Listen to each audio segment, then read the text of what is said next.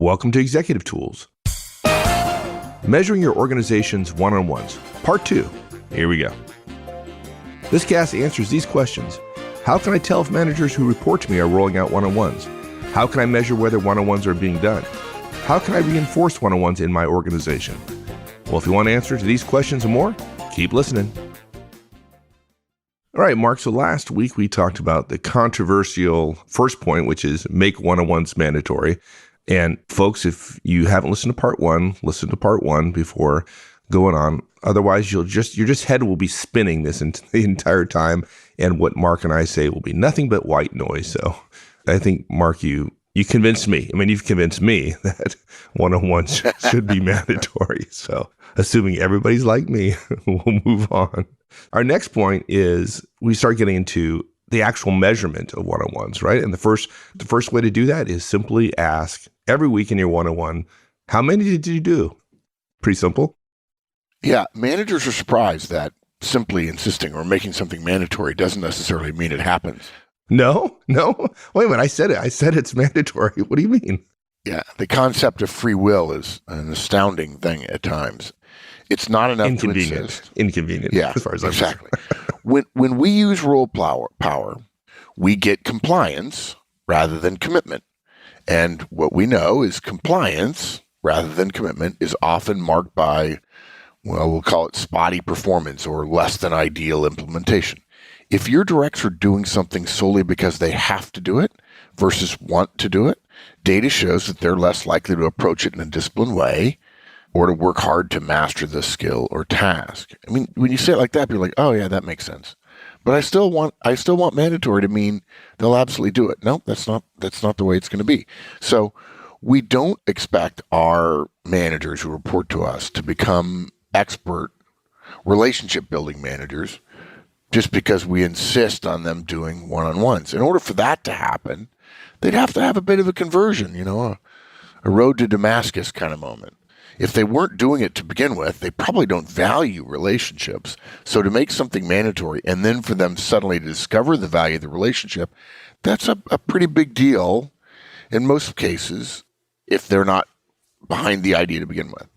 So what we want to do is get them over what we would call the McGuire hump of the horseman curve, the point that if you want to get much better at something, you're going to have to go through a period of time where it's harder so you can learn and master the new skill.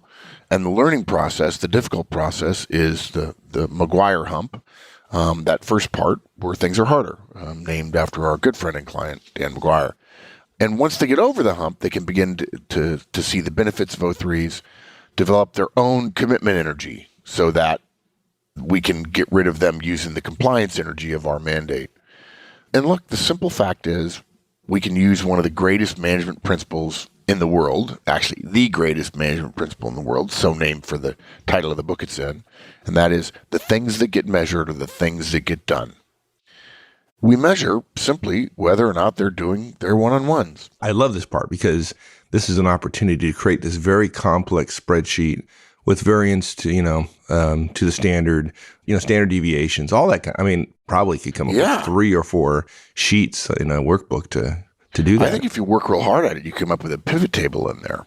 Oh, now you got my blood going. Okay, pivot. Okay. Yeah. But no, you're going to tell me no, don't do that. Yeah. Rather than creating a tracking spreadsheet and giving them a reporting task on top of their behavior change, which they may not be into yet, we use one of the simplest tools available to all of us. We simply ask them during our one-on-one with them, during our portion of our one-on-one with them, they're the direct, so they went first.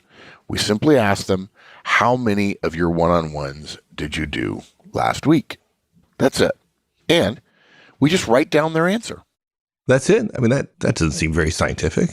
Yeah, I got to tell you, technology is great for complex reporting, and it's great for automating data gathering and data aggregation so that you can come up with a report that's easy for people far away from the behaviors to read and understand.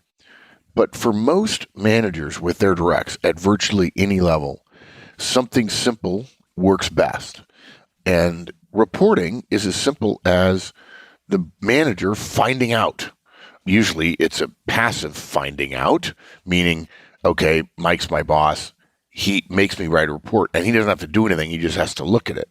On the other hand, asking one question in 1 half-hour meeting is fairly passive and, again, doesn't require a lot of work, but sends a powerful message about how important you believe this behavior change or culture change will be for your organization, for the managers in your organization. That's right. And the people who are uncomfortable with this simplistic way of measuring, asking the question, then writing down the answer in one-on-ones, I just ask you to think about what the intent is, right? The intent is not to create all sorts of variances and percentages and graphs over time. That might be interesting to some of you, but our intent here is simply to get your managers to do one-on-ones. That's it.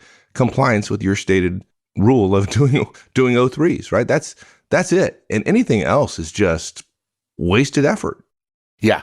When you start asking, particularly if you haven't said anything about where we're going to do a report and I'm going to expect you to report on it weekly, or all of you are going to send it in. It's going to be aggregated, so I'll be able to see it and so on. When you start asking, people are going to realize, oh, she was serious. I used to joke with people that I think in the 80s, it was the 80s, management by walking around was a big deal. I think Tom Peters put it in one of his books. And, it's a big deal. It's great. You get to show your face and so on. Dudes, one of the reasons that worked is because it was about measuring. It was about reporting. You wanted to go see what people were doing. Yes, of course, you wanted to press the flesh. You wanted to say hello. You wanted to get out of your office. But it was also you showing up, you being aware, them knowing you were being aware. And measuring by asking is one of the most underused, super simple, non-invasive, non-difficult tools that managers have. You check. You simply check on things. You measure by asking. You measure by checking. You remind by inquiring. And basically what it does is it'll give us a simple sense of who is complying, who is struggling, and who's doing fine. If any of your directs had any doubts that you were engaged in a flavor of the month exercise, right? Oh, we're not going to do this because the boss says it's interesting, but he's done this before, particularly if he's a high I or a high D. He says it's important, but 3 or 4 weeks later, it'll go away. It's going to go away. And so we teach so many companies, so many executives, so many managers teach their people to resist all new managerial behaviors because they're all flavor of the month. And if everyone resists for a month, the manager will say, gee, this is much harder than I thought, or people don't seem to be liking it, as if liking it is the most important thing for a managerial behavior. And so I'm just not going to do it. It's too hard. It's a self-fulfilling prophecy. But if you start asking every week once they start doing one-on-ones, that'll dispel that idea pretty quickly. And look, we don't need to measure the quality of their one-on-ones in the beginning. Remember, yours probably weren't outstanding in the beginning. In the beginning of measuring just about anything, measure quantity, not quality. Let quantity, volume, practice ultimately lead to quality. And when you think about it, if you've been doing one-on-ones per our guidance in Rolling Down the Trinity for about 4 months before they start doing one-on-ones, if you followed our guidance, it'll be time for you to give them positive feedback when they meet the standards. And you can do it in the one-on-one. It's super easy. So all you got to do, every single one-on-one you have, how many of your one-on-ones did you last week? 6. Okay, great. Thanks. And then if you want to give feedback later, if you want to give feedback at that time, that's great. And then pay attention. Watch it go from 6 to 7 to 6 to 5 to 7 to 8 to 8 to 9 to 9 to 9 to 9 to 9. And suddenly they're there. And how hard is it? It takes 10 seconds. That's all. Okay, so then we're measuring, we're asking, and then I guess the next thing is once we start doing that, then you start looking at trends, right? And not any particular week, things happen, right? One-on-one may not happen for a particular week for a good reason, but you're looking for overall trends. Yeah, just because you're measuring every week doesn't mean a low number or a bad week is necessarily dispositive. It doesn't say, oh yeah, that person's failing. If one bad week would be failing, then you'd have to mandate it and put in place a fairly complex system to avoid that first week being bad. I don't know that many managers who have more than 5, certainly not more than 10 directs, who say, oh yeah, I did 100% of my one-on-ones the first week. On the other hand, 70% the first week is fine. Yeah, any new system you put in place, you're not going to be perfect right off the bat. Yeah, too many measuring systems overemphasize each data point. But it's not each data point that matters. It's the patterns that you see that matters. And here's the thing. For a fairly new thing that you're comfortable doing, that you're looking at them to do, you don't have to transfer the numbers you write down in your one-on-one notes to somewhere else. You'll be able to look at each person after 3 or 4 weeks. You can look at each person in about 5 seconds and see their numbers from the previous weeks and this week's.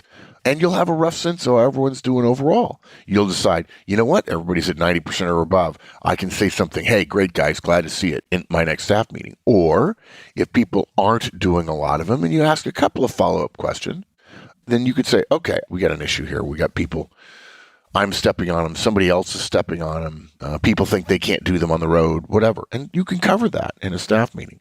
You said that every one data point is not a big deal, right? Missing 1 week's not a big deal. We can forgive that mistake. Yeah. So what's a reasonable percentage to hold people accountable to? What's the matter? You mentioned 90%. Is that the standard? No. Look, what our data show is that 85% is the level at which you get the improvement in results and retention that our previous studies have shown. So 85% is ultimately the standard.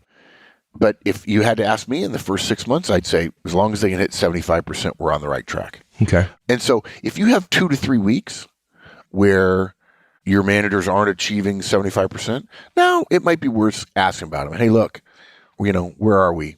What's going on? What's happening? What's keeping you from doing this? And, some people will say, well, I'm just learning, don't know how.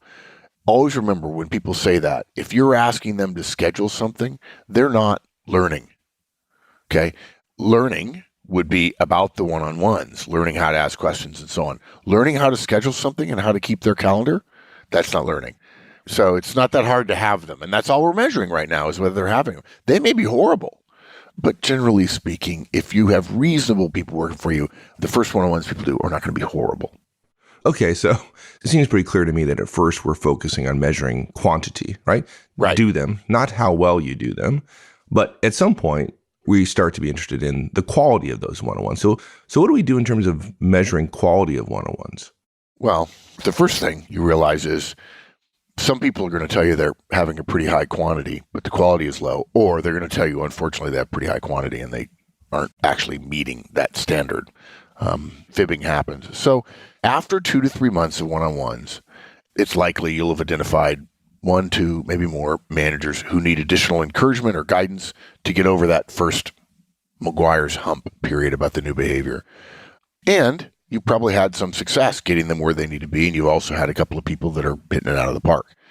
So if you want to begin checking quality, ask them to bring in their one-on-one notes after they've been doing them for 2 to 3 months. That's enough time for them to have gotten comfortable. Okay. First couple of meetings, maybe they walk into one and they don't have any note-taking equipment. That would be weird, or maybe the first couple of times they just don't think the note-taking thing is all that good, all that important. A lot of people say that. Also, it gives you a chance to check whether or not they're typing one-on-one notes. But boy, I tell you, I was at Apple last week and the people telling me how, typing's just better. And I finally said, okay, I agree. Typing's better for you, but it's not for you that the notes are for. So give them some advance notice that you're going to check and say, look, in a couple of weeks, I'm going to ask to see your notes. I just want to make sure the themes are right, that we're on the right track. I know I won't be able to read all your notes. I'll be able to read some of them. I just want to see that we're creating a good history. I know that if you take notes, you remember more. I know that every business meeting we all go to, we take notes. I know that taking notes sends the right message to your directs that this is important. And this is another chance to check quantity and quality because they won't be able to recreate notes if they don't have them. So if you tell them a week in advance, hey, next week, I'm going to want you to bring in your one-on-one notes, and they only bring in 1 week's worth, then that will tell you that they weren't doing notes. And so that was a quality issue on their part. And so you could say something. At this point, you could say something to them and say, hey, can you give some feedback? When I ask you to do one-on-ones, or when you do one-on-ones and you're supposed to be taking notes and you don't take them, it just kind of bumps me out. It's not that hard. Can you start taking notes in the future? Yeah, definitely. I'll start taking notes. Okay, great. And look, it's also another check about, I mentioned quantity, about whether or not they're actually doing the one-on-ones. If they've been saying they've been doing them every week, there ought to be plenty of notes. It may not be perfect, but it's an indicator. Then again, you're also checking whether or not they're taking notes. And then again, you're checking whether or not they're taking notes by hand, which is a different problem. Then you're checking to see whether or not they're taking useful notes. Can they read them? Can they recreate the one-on-one? And again, then you can also, at this point, timing-wise, and rolling down the Trinity timeline, you can give them negative feedback if it's called for, or, as well, positive feedback too. Yeah, and. Yeah. All right, so we've measured the quantity. We've talked about the quality by looking at the notes. What's the next step in ensuring compliance with the idea of one-on-ones every week being mandatory? The whole point of your direct managers one-on-ones is for them to build a better relationship with their directs who happen to be your skips. So the final test of your directs one-on-ones is whether their directs validate that they're being done and done well, and there's value in the organization. So you can do that by either asking individual skips what their experience has been when you're running in the hall. Hey, how was your one-on-one with your boss last week? We started doing that. I'm wondering how it's going. And ask and see what you get.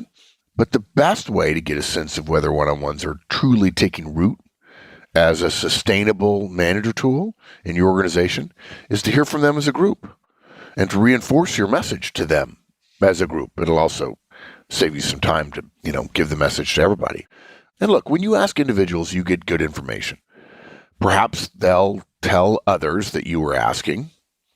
Maybe they'll even tell their own boss that, hey, by the way, your boss asked me how the one-on-ones are going. I kind of fibbed. You haven't done them in a couple of weeks. Hey, boss, I know you're busy. No problem. But when you ask your skips in a group, they all know you asked. They all know it. And now they have a common experience. You also get to share what you intended by having one-on-ones done by their bosses. And it's very possible their bosses didn't do a briefing. You get to reinforce, again, whatever message did get through or deliver messages that didn't get through, even though they should have. And remember, you may have to listen to our guidance on skip level meetings, but you don't have your directs in that meeting. And we have an agenda and we tell you what questions to ask. And so you could say, how are the one-on-ones going? Or you could start with, how many of you had one-on-ones with your boss this week? Raise your hand if you've had one-on-ones every week without fail for the last 3 months. See how many hands you get. And you're going to start to get a sense of, you're going to be able to put together, okay, who's doing them, who's not, who's saying they're doing them and not, who's doing them quietly and their people love them and they don't make a big deal out of it. This is all just part of a suite of tools that are low impact, super easy for you to use, and will help you judge the quantity and quality of a cultural change that you want to implement. And people are saying, wow, when I think about it, I guess you're right. I guess maybe I don't know what's happening down there. And people wonder why CEOs say it takes 7 years to fundamentally transform a large organization. We're talking months here just to get one layer of managers doing one-on-ones at a high level. Because, again, we know the compliance that comes from mandating something using our rule power is spotty. And you have to check and you have to measure and you have to do it over and over and over again. Yeah. One thing about skip level meetings, number one, in my time as an executive, those were my favorite meetings of all. I loved. Really? I loved them. Yeah. I loved them. And I think my skips liked them as well, but I found them very, very useful. But point relative to one-on-ones, what I've personally found was by stressing the need for one-on-ones and sharing my thoughts about one-on-ones and the purpose of one-on-ones, I made life easier for the managers, right? Because the skips now understood the importance of it and became more willing and more supportive of one-on-ones. And so I use that with my managers. I think managers often get a little bit nervous about skip levels because they never know what their skips are going to say. And so one of my ways of massaging their concerns was stressing or sharing with them the benefit to them of these skip level meetings. Yeah, I like it. So look, summarizing, if you're doing one-on-ones as a director, it's time to insist that your managers do them well as well. Don't suggest, don't encourage, insist. Use role power if you have to, and ask every week how many of their one-on-ones did they do. Track their performance, look at their notes, have a skip level meeting. This will help you create the right culture in your organization. And at some point, the need to have mandated one-on-ones will have gone away. Awesome. I enjoyed it. Thanks, dude. Anytime, partner. Thanks. All right, we'll talk to you later. Thanks, everyone. That's it. We'll see you next week. Have a great one.